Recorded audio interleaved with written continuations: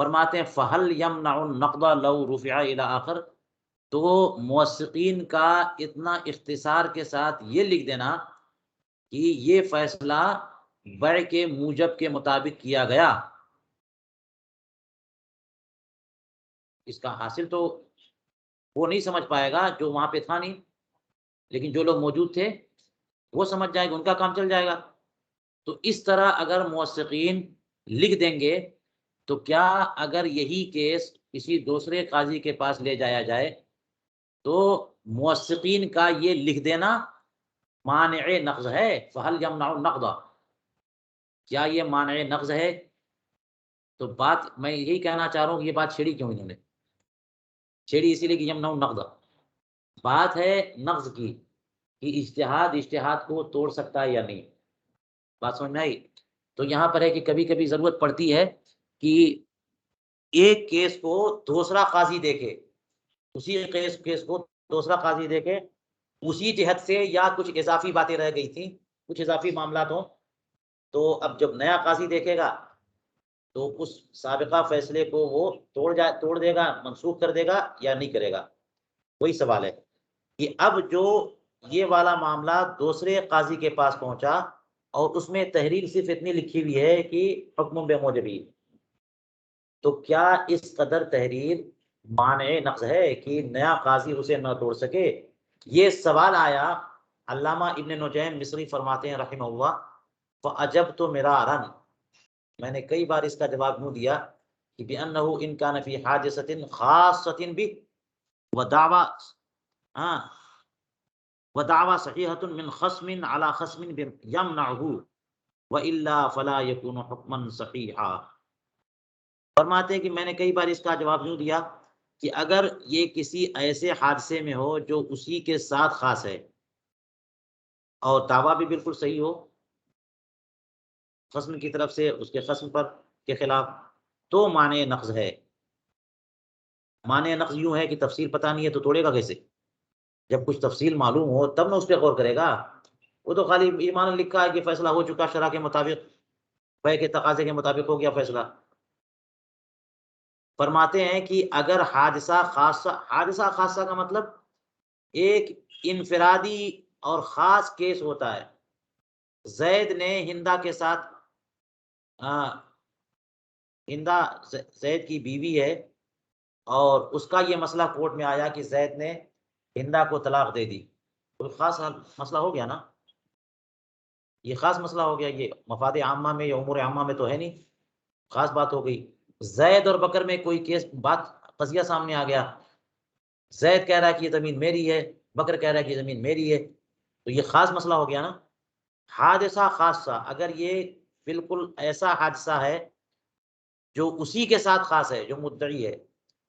یہ عام طور پر نہیں ہوتا، یہ خاص حادثہ ہے اور دعویٰ بھی صحیح ہے۔ اچھا جی، جب یہ کہہ رہے ہیں دعویٰ صحیح کا مطلب یہ ہوتا ہے کتاب الدعویٰ اور کتاب القضاء وغیرہ میں آپ نے یہ بات پڑھی ہے کہ دعویٰ سب سے پہلا کام قاضی کا یہ ہوتا ہے کہ مدعی کے دعویٰ کو واضح کروائے، دعویٰ صحیح طور پر ہو اور مدعی اور خصم کی تعین ہو جائے۔ بات سمجھ میں آ رہی ہے؟ ایسا نہ ہو کہ دونوں مدعی بنتے ہوں یا دونوں خصم بن رہے ہوں، تو سب سے پہلا کام یہ ہے کہ مدعی کی تعین ہو جائے کہ مدعی ہے کون، اور دعویٰ درست ہو۔ دعویٰ میں بھی یہ کہ اس کا پہلا قول کوئی ہو اور پھر دوبارہ دوسرا قول اس کے منافی ہو، تو یہ دعویٰ بھی درست نہیں ہوتا، دعویٰ درست ہی نہیں ہوتا، شروع ہی میں خارج ہو جائے گا، قاضی اس کو خارج کر دے گا۔ تو دعویٰ صحیح ہو، خصم کی طرف سے اس کے خصم پر، حریف جو ہے حریف کے مقابل حریف کے خلاف دعویٰ کرے، یہ نہیں کہ جناب اپنے ہی خلاف دعویٰ کر دے، اس کی بات اپنی پر پڑ رہی ہے، یا پھر یعنی جانبین کی تعین درست ہو جائے اور دعویٰ بھی صحیح ہو جائے، تو اب جو قاضی فیصلہ کرے گا، قاضی وہ قانون کے مطابق قاضی ہے، قاضی شرع ہے، تو اس کا فیصلہ بالکل درست ہوگا اور اسے اگلا قاضی نہیں توڑ سکتا، یمنعہ، اگلا قاضی اسے نہیں توڑ سکتا۔ وَإِلَّا فَلَا يَكُونُ حُكْمًا صَحِيحًا، اور اگر یہ بات نہ ہو تو یہ فیصلہ ہی درست نہیں ہے، یعنی اس کا مطلب یہ ہے کہ قاضی کے سامنے جو کیس آیا تو مدعی نہیں ہے، اس کا دعویٰ صحیح نہیں ہے، وہ اپنے ہی قول کے خلاف قول کر رہا ہے، دعویٰ صحیح نہ ہونے کی صورتیں آپ نے وہاں کتاب الدعویٰ میں پڑھ لیا، یا پھر یہ کہ وہ حادثہ خاص نہیں ہے، حادثہ خاص نہیں ہے، ایک عام سی بات ہے، ایک عام سے قانون بنانے کی بات ہے، تو کہتے ہیں کہ یہ فیصلہ درست نہ ہوگا۔ یہ جو انہوں نے فرمایا علامہ ابن نجیم مصری رحمہ اللہ نے، کہ میں نے یہ جواب دیا ہے کہ اگر موثقین اجمالاً صرف اس پیپر پہ لکھ دیں کہ حکم بموجبہ اور اس کی تفصیل نہ بیان کریں، تو اگلے قاضی کے پاس یہ بات جاتی ہے، یہی کیس جاتا ہے، تو وہ توڑ نہیں سکتا اگر دعویٰ صحیح رہا ہو اور قضیہ کسی خاص بندے کے متعلق ہو، تو وہ توڑ نہیں سکتا۔ اور اگر یہ دونوں شرطیں نہ پائی گئیں تو وہ فیصلہ درست ہی نہیں ہوگا، پہلا والا دعویٰ ہی صحیح نہیں ہے تو کیسے فیصلہ درست ہوگا؟ تو پھر نیا قاضی تو فیصلہ کرے گا۔ فرماتے ہیں کہ یہ بات میں نے جواب کے طور پہ ذکر کی کئی بار، تمسکم بما ذکرہ العمادی، عمادی نے فصول العمادی میں جو ذکر کیا اس سے تمسک اور اخذ کرتے ہوئے، استدلال کرتے ہوئے، وتبعہ فی جامع الفصولین والقردری فی فتاوی البزازیہ، اور جامع الفصولین میں اور امام قردری نے اپنے فتاوی بزازیہ میں اس کی اتباع کی۔ اور فرماتے والعلامہ قاسم فی فتاوی، علامہ قاسم ابن قطب نے اپنے فتاوی میں بھی اس کا ذکر کیا، من ان شرط نفاذ القضاء فی المجتہدات ان یکون فی حادثۃ و دعوی صحیحۃ۔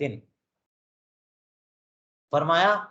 کہ انہوں نے ذکر کیا، جامع الفصولین میں بھی یہ بات ہے، فتاوی بزازیہ میں بھی ہے، علامہ قاسم نے بھی اپنے فتاوی میں لکھا کہ قضاء کے نفاذ کی شرط یہ ہے کہ مجتہدات میں، منصوص مسئلے میں قضاء کی ضرورت کیا ہے؟ نماز فرض ہے، قاضی کے پاس جانے کی ضرورت ہے، تو مجتہد فی امور میں ہی اجتہاد کی ضرورت ہے، اسی میں مفتی اسی میں جو ہے نا قضاء کی ضرورت ہے۔ تو امور مجتہد فی میں قضاء کے نفاذ کی شرط کیا ہے؟ ان یکون فی حادثہ، کہ وہ قضاء جو ہے کسی حادثے کے متعلق ہو، کوئی واقعہ ہو گیا ہے۔ اگر وہ حادثہ نہیں ہے بلکہ جیسے مفتیان کرام یا ائمہ افتاء جو ہیں، ائمہ کرام ساری صورتیں بیان کرتے ہیں، کوئی حادثہ ہوتا ہے تب تھوڑی بیان کرتے ہیں، تب بھی بیان کرتے ہیں، مگر وہ ایک خاص کیس ہوتا ہے، وہ قضا ہو جاتا۔ اب مثال کے طور پر نماز کے معاملے میں یا نکاح طلاق کے معاملے میں ائمہ کرام کیا کرتے ہیں کہ اگر دو گواہ موجود تھے تو نکاح ہو گیا، اور ایک گواہ میں یہ ہے تو کمی، سب بتاتے جائیں گے، سب فرض کے طور پہ ساری صورتیں بتاتے چلے جائیں گے، اگر ایسا ہے تو جائز ہے، اگر ایسا ہے تو جائز نہیں ہے، اگر یہ ساری شرطیں پائی گئی تو یہ درست ہو گیا، اس میں کوئی کمی ہے تو یہ ساری باتیں بتاتی جائیں گی، بات ہو گئی نا۔ لیکن وہ کسی کا قضیہ ہو گیا اگر کہ جناب نکاح ہوا اور دو گواہ تھے، اور ان گواہوں میں سے بعد میں پتا چلا کہ ایک گواہ وہابی تھا، اب بتائیے مفتی صاحب قبلہ کہ نکاح ہوا کہ نہیں ہوا؟ تو یہ حادثہ ہو گیا نا، یہ کیا ہے؟ یہ ایک واقعہ ہو گیا، یہ ایک خاص واقعہ ہے۔ تو قضاء کے نفاذ کی شرط یہ ہے کہ کوئی واقعہ ہو گیا ہو، ورنہ قاضی کا منصب نہیں ہے، قاضی اس لیے تھوڑی ہے کہ جناب علی سبیل الفرض مسائل آپ پوچھتے رہیے، مفتی سے پوچھیے، کتابوں میں لکھے ہیں سارے مسائل، وہ کتابوں سے حل ہوں گے۔ قاضی کا کام کیا ہے کہ جو شہر میں مسائل ہوتے رہتے ہیں ان کو حل کریں، بات سمجھ آ رہی ہے؟ جو اختلافات ہوتے رہتے ہیں ان کے حل کی راہیں نکالیں، ان کو سیٹل کریں، یہ معاملہ ہوتا ہو۔ تو قضاء کے نفاذ کی شرط کیا ہے کہ کسی نہ کسی حادثے میں، یعنی کوئی ایسا واقعہ ہو جائے، حادثے سے مراد ایکسیڈنٹ نہیں ہے، کوئی واقعہ ہو جائے اس میں، ورنہ قاضی کو کیا حق پہنچتا ہے کہ جناب آپ اس لیے تھوڑی بیٹھے ہیں کہ آپ مسائل بیان کریں گے لوگوں کو۔ دوسری شرط کیا ہے؟ دعویٰ صحیح ہے، دعویٰ صحیح ہو، دعویٰ ہی صحیح نہیں تھا جناب آپ فیصلہ دیے بیٹھے ہیں۔ تو ان تمام لوگوں نے یہ بیان کیا ہے کہ قاضی کے قضاء کے نفاذ کی شرط یہ ہے کہ کوئی واقعہ ہوا ہو اور وہ اس واقعے میں اختلاف ہو گیا اور وہ اختلاف قاضی کے پاس پہنچا، تب وہ فیصلہ دے، اور اس میں بھی دعویٰ مدعی کا بالکل درست ہو۔ دعویٰ درست ہونے کا مطلب دعویٰ کرنے کے جو تقاضے ہوتے ہیں، یہ مطلب نہیں کہ وہ سچا ہے۔ فَإِنْ فَاتَ هَذَا الشَّرْطُ كَانَ فَتْوًا لَا حُكْمًا، اگر یہ شرط فوت ہو گئی تو وہ قاضی کا فیصلہ نہیں ہے بلکہ وہ کیا ہے؟ فتویٰ ہے۔ وزاد العلامہ قاسم ان الاجماع علی، یہ بات جو ہے ان تینوں بزرگوں نے بتائی، علامہ عمادی نے، امام قردری نے، امام قاسم ابن قتل وغا نے، لیکن علامہ قاسم نے اپنے فتاویٰ میں یہ بات بھی بیان فرمائی ساتھ میں، یعنی اضافہ کیا کہ ان الاجماع علی، یہ اجماعی مسئلہ ہے کہ قضاء کے نفاذ کی شرط میں یہ باتیں ہیں، یہ اجماعی مسئلہ ہے، اجماع ہے اس پہ۔ اور یہ انہوں نے کہا کہ لو قضا شافعی بموجب بیع العقار لا يكون قضاء بانه لا شفعة للجار ولو كان القاضي حنفيا لا يكون قضاء بان الشفعة للجار الى آخر ما ذکروا من الفروع۔ دیکھیے انہوں نے یہ بھی کہا کہ اگر کوئی شافعی قاضی بیع عقار کے موجب کا فیصلہ دے دے، بیع عقار کے موجب کا فیصلہ دے دے، تو ظاہر ہے کہ موجب کا فیصلہ کا مطلب یہ ہوا کہ بالکل اختصار میں کہہ دیا کہ بیع عقار کے موجب کے مطابق میں نے فیصلہ دیا، یعنی اس کے جو تقاضے ہیں وہ سب کے سب ثابت ہوں گے، ہے نا؟ تو جب عقار یعنی غیر منقولہ جائیداد، زمین ہے، پراپرٹی، جو گھر ہے، مکان